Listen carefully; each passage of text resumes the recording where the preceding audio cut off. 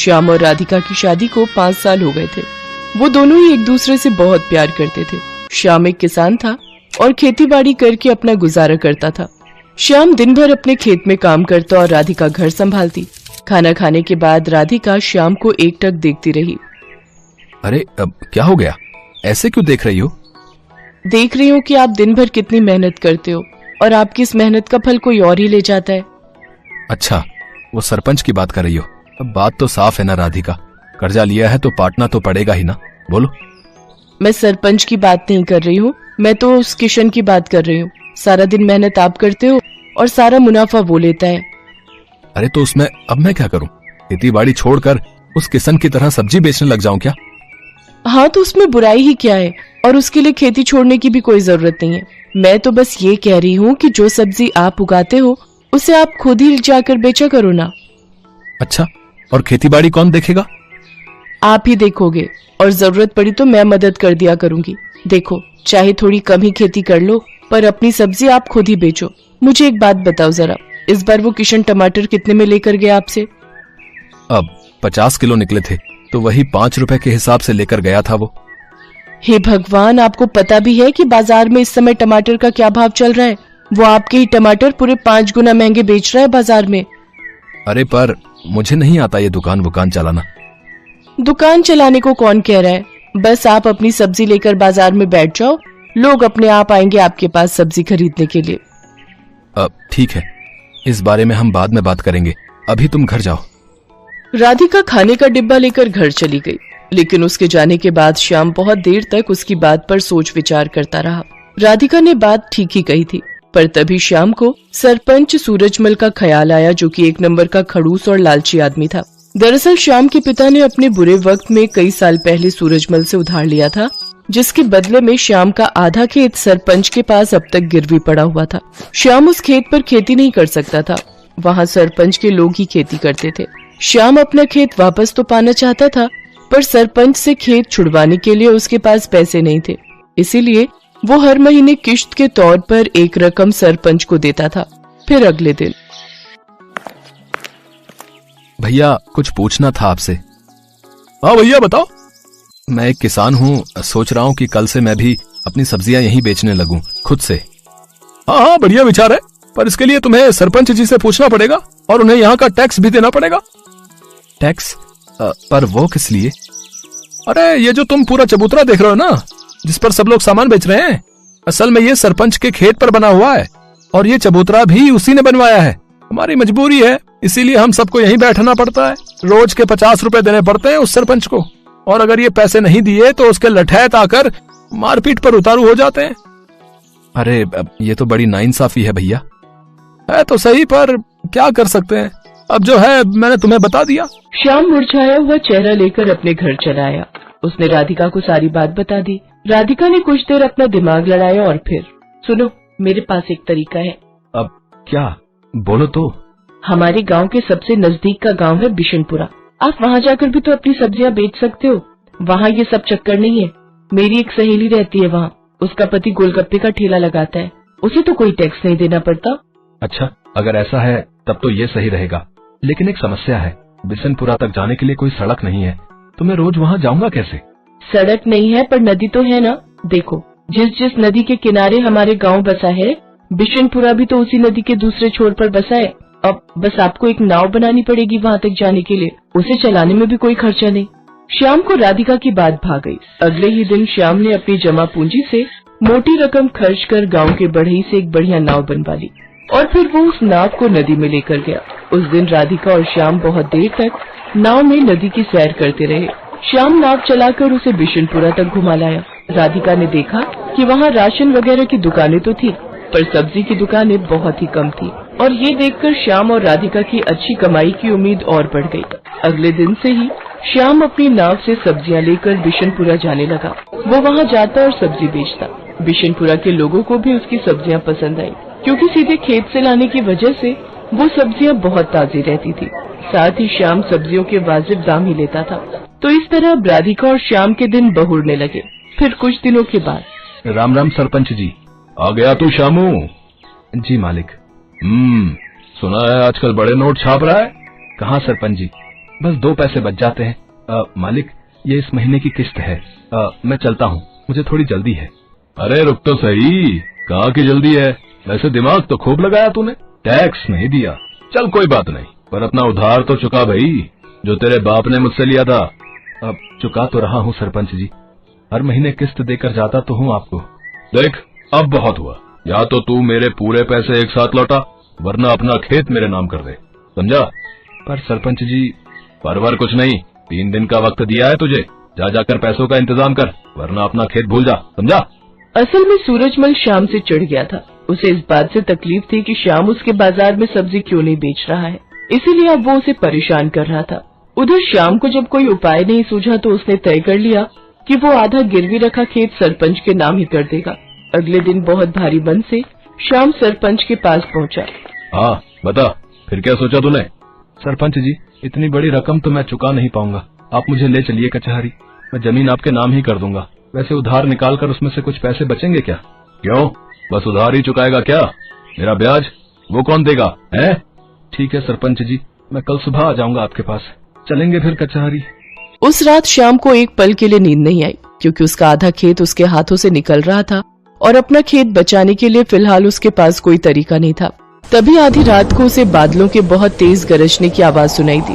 कुछ ही देर में झमाझम बारिश होने लगी। बारिश बहुत तेज थी।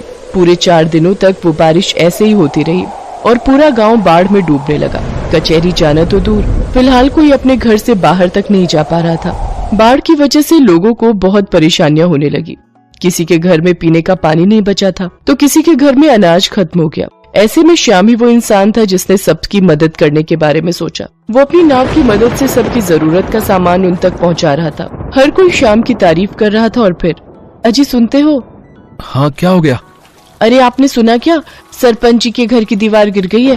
बारिश का सारा पानी उनके घर में घुस गया है। शांता बता रही थी कि बाकी लोग तो सही समय पर निकल आए, लेकिन सरपंच जी अपने पोते के साथ घर के अंदर फंस गए हैं। अरे तो मुझे जाना चाहिए, फौरन जाना चाहिए। इतना कहकर श्याम ने तेजी से अपनी नाव चलाई। उसने जाकर देखा तो वाकई सरपंच अपने पोते को कंधे पर बिठाए पानी में डूबा खड़ा था। वो चिल्ला चिल्ला कर मदद मांग रहा था। बाढ़ का पानी उसके गले तक आ रहा था, लेकिन श्याम फौरन अपनी नाव लेकर सरपंच के नजदीक गया और सरपंच और उनके पोते को अपनी नाव पर बिठाकर बाहर निकाल लाया। पूरे 3 दिनों तक सरपंच और उसका पोता श्याम के घर की छत पर रहे। जब पानी का स्तर कुछ कम हुआ तो श्याम ने सरपंच से कहा, सरपंच जी, अब रास्ते खुल गए हैं तो कचहरी चलें।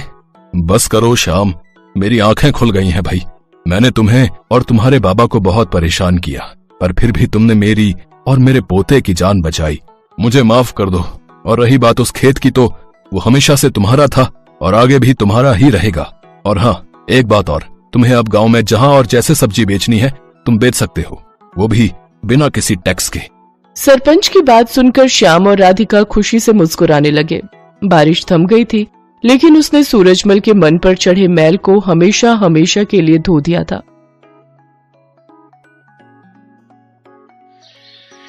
सोनपुर गांव के मुखिया रामप्रकाश अपने बेटे श्याम से बहुत परेशान रहते थे। श्याम अपने पिता के साथ किसी भी काम में हाथ नहीं बटाता था। बस सारा दिन इधर उधर दोस्तों के साथ घूमते रहना और खाली समय मिले तो सोते रहना। रामप्रकाश को इसी बात की चिंता रहती थी कि श्याम पर कभी गांव को संभालने की जिम्मेदारी आई तो वो कैसे उस जिम्मेदारी को संभाल पाएगा। इसीलिए एक दिन गुस्से में आकर रामप्रकाश श्याम से बोला, श्याम, तू कब तक इस तरह निठल्ला बनकर घूमता रहेगा? तेरी उम्र के बच्चे शहर जाकर बड़ी बड़ी नौकरियां कर रहे हैं या फिर अपने पिता के साथ गांव की पंचायत में बैठते हैं। पर तुझे मैं कह कह कर थक गया, तू भी कुछ काम कर लिया कर। पर तेरे तो कान में जूं तक नहीं रेंगती। मैंने फैसला किया है, अब तुम गांव में तभी आओगे जब कुछ काम धंधा सीख जाओगे। अरे कैसी बातें कर रहे हो? अकेला लड़का कहाँ कहाँ भटकेगा? माँ, मुझे नहीं जाना कहीं भी, मैं पतंग उड़ाने बबलू के घर जा रहा हूँ। खबरदार जो पतंग उड़ाने गए, मैंने कह दिया सो कह दिया। अब तुम कल सुबह काम की तलाश में जाओगे और कोई काम सीख कर ही लौटोगे।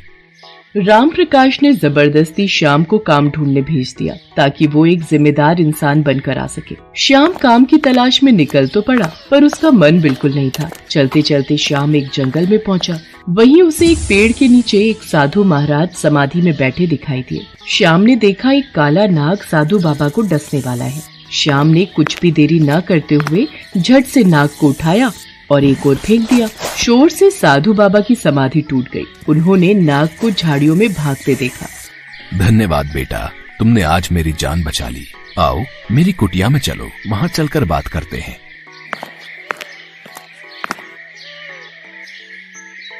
बाबा, आपकी कुटिया तो बहुत सुंदर है। ये तो बांस से बनी हुई है।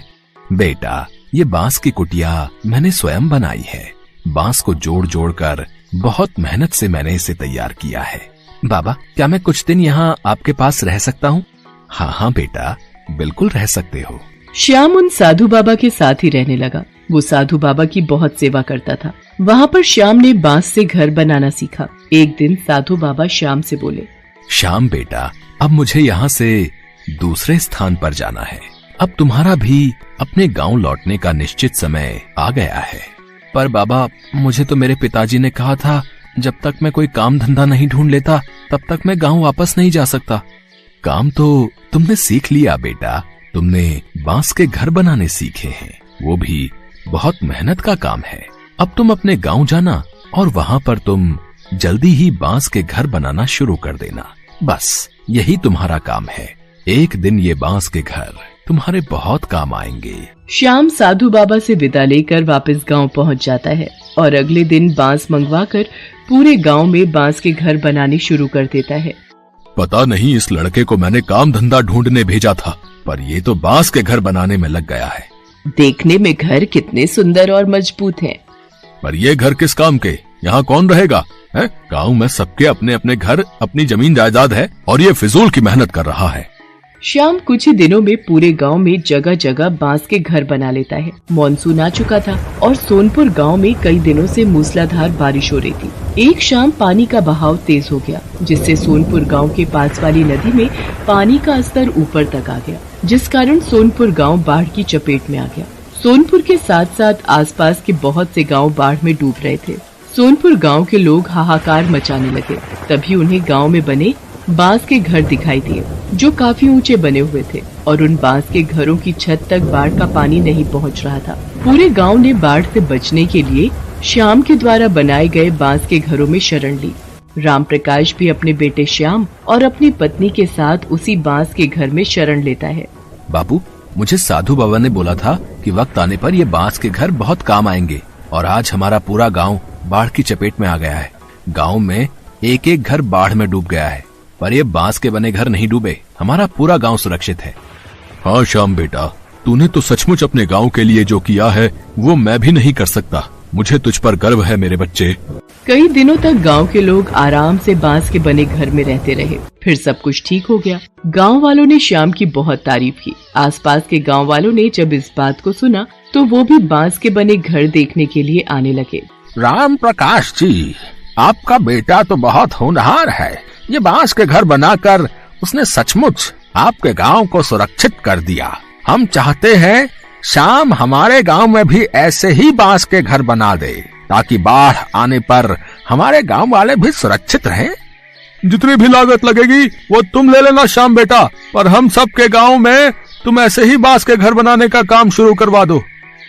ठीक है, मैं कल से ही और लोग अपने साथ मदद के लिए ले लेता हूँ और आप लोग चिंता मत कीजिए, मैं सभी गांव में बांस के घर बनवा दूंगा। भला हो उन साधु बाबा का जिन्होंने मेरे बच्चे को इतना मेहनती बनाने में मदद की।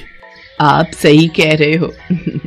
हमारे श्याम ने सचमुच बहुत अच्छा काम किया है।